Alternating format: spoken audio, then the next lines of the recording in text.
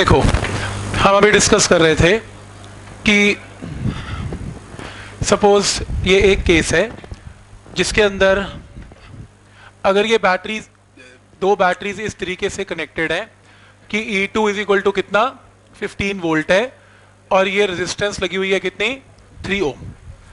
तो ये दोनों सीरीज में है और ये प्लस माइनस बिल्कुल सही है। तो इसकी जगह जब एक बैटरी लगेगी तो एक बैटरी की एक्सटर्नल को तो हमने चेंज नहीं किया, एक बैटरी प्लस और माइनस, तो इक्विवेलेंट ईएमएफ क्या बनेगी E1 प्लस E2 बनेगी, जो कि क्या आएगा 10 प्लस 15, और R equivalent internal resistance series में तो R1 प्लस R2 क्या आएगा 1 प्लस 3 आएगा। ये हमने किया। लेकिन मैंने आपको साथ के साथ बताया कि अगर मान लो एक मिनट के लिए ये बैटरी किसी ने उल्टी कनेक्ट कर दी, प्लस माइनस माइनस प्लस, तो कोई बात नहीं, आपके यहां आपको मॉड लगाना पड़ेगा और दो ईएमएफ को प्लस नहीं, अब दो ईएमएफ को माइनस करना पड़ेगा। तो आपका आंसर आएगा बड़ी ईएमएफ में से छोटी ईएमएफ को आपने क्या कर देना है माइनस, मॉड लगा के उसकी पॉजिटिव वैल्यू बोलनी है। तो नेट ईएमएफ क्या लेनी है आपने 5 वोल्ट ले ली। और जो फाइनल बैटरी होगी, जो नई बैटरी लगेगी, उसकी शेप क्या होगी, उसके साइंस क्या होंगे। बड़ी बैटरी कौन है E2, E1 छोटी है, बड़ी का राइट साइड पे प्लस है, बड़ी का लेफ्ट साइड पे माइनस है, तो ये भी सेम ही एक्वायर करेगा चार्ज, क्योंकि बड़ी बैटरी छोटी को डोमिनेट करेगी। तो जो बड़ी बैटरी है प्लस माइनस, तो यहां पर भी प्लस माइनस, इसके साथ नहीं चलेगा, इसकी शेप, इसके साइंस आएंगे। तो पॉइंट समझ में आ रहा है यहां तक। तो अगर सीरीज में बैटरीज कनेक्टेड है और अगर सिंपली सही तरीके से कनेक्टेड है तो ईएमएफ ऐड हो जाएगी, और एक भी बैटरी अगर उल्टी कनेक्टेड है तो उसका साइन माइनस हो जाएगा। राइट, क्लियर है। तो सिर्फ शॉर्टकट याद करना है, प्रूफ नहीं आएगा इसमें। वैसी पैरेलल कॉम्बिनेशन है। अब पैरेलल कॉम्बिनेशन के अंदर अगर बैटरीज किस में कनेक्टेड है, पैरेलल में कनेक्टेड है, अगर बैटरीज पैरेलल में कनेक्टेड है, दो बैटरीज हैं एक और दो, E1 and E2, plus minus internal R1 R2। मान लो इसने I1 करंट निकाला, तो रूल क्या बोलता है, यहां एंटर भी क्या करेगा I1, बनाओ यहां I1 एंटर करेगा, बनाओ I1 बाहर आया तो एंटर भी I1। ऐसी अगर नीचे वाली बैटरी ने I2 निकाला तो एंटर भी क्या करेगा I2, ये I1 ये I2। ठीक है, तो देखो I1 प्लस I2 करंट आया, जंक्शन पे मिला, total current I1 plus I2, यहां पे गया, फिर स्प्लिट हो गया, ऊपर I1 नीचे I2। तो करंट डिस्ट्रीब्यूशन क्लियर है। आपने अब किरचॉफ लॉ लगाना है। इसका जो प्रूफ है वो आपको करने की जरूरत नहीं है, आप एंड का फॉर्मूला देखेंगे, पर प्रूफ मैं आपको एक बार करके दिखाऊंगा फॉर्मूला कैसे बना। आपने किरचॉफ लॉ कहां लगाना है ध्यान से देखना। मैं यहां से स्टार्ट करूंगा, सामने देखना है। यहां से चलते हुए मैं सबसे पहले सिर्फ ऊपर वाली बैटरी के थ्रू होता हुआ अपना लूप कंप्लीट करूंगा बस।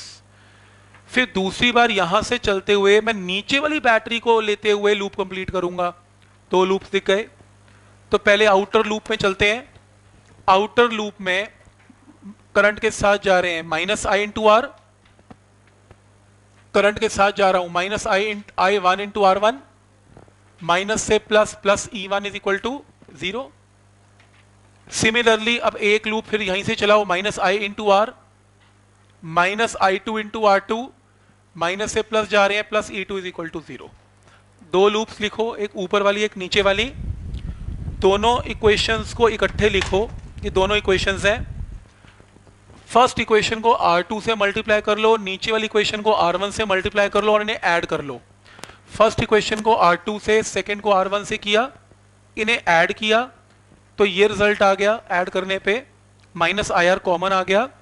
ये वाली term E1 R2 E2 R1 एक तरफ, बाकी सारी टर्म राइट पे जाओ, ये पॉजिटिव हो गई। इनमें से I कॉमन आ रहा है, तो क्या बनेगा यहां पर R into R1 plus R2, और यहां पर सिर्फ R1 इंटू R2।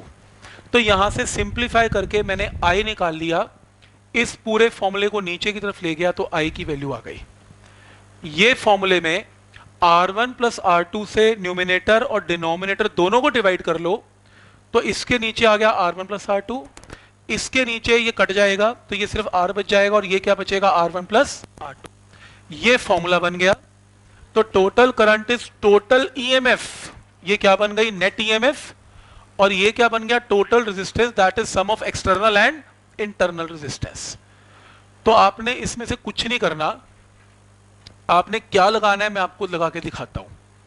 सपोज करो दो बैटरीज अगर पैरेलल में है तो सबसे पहला रिजल्ट ऐसे याद रखो, पैरेलल में तब माना जाएगा जब प्लस प्लस के साथ और माइनस माइनस के साथ।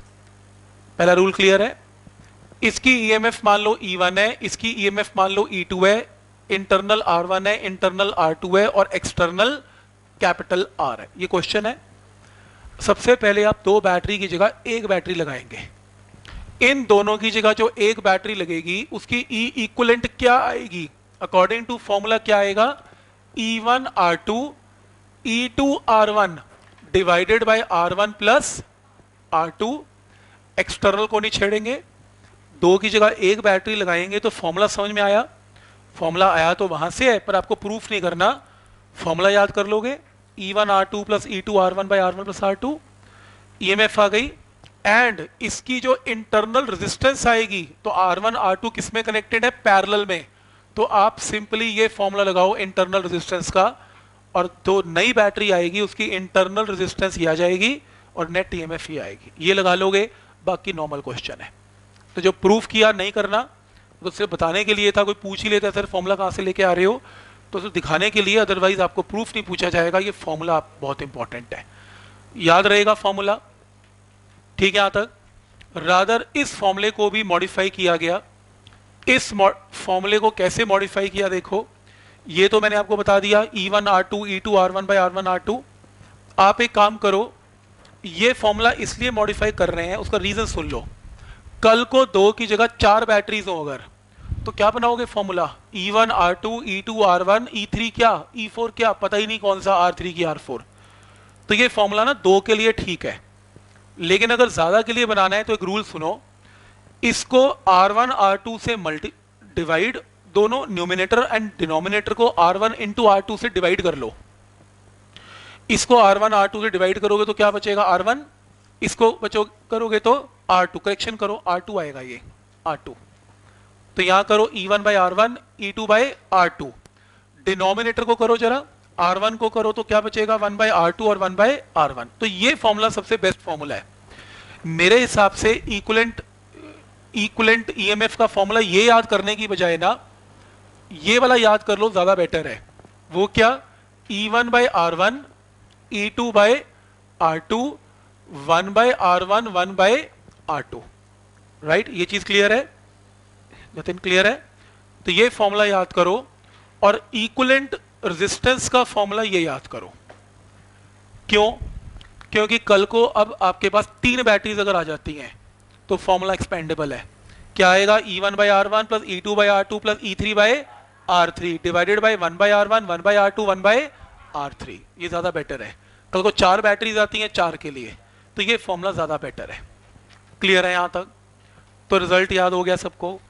मैंने आपको एक सब्जेक्टिव शीट दिया आज, अभी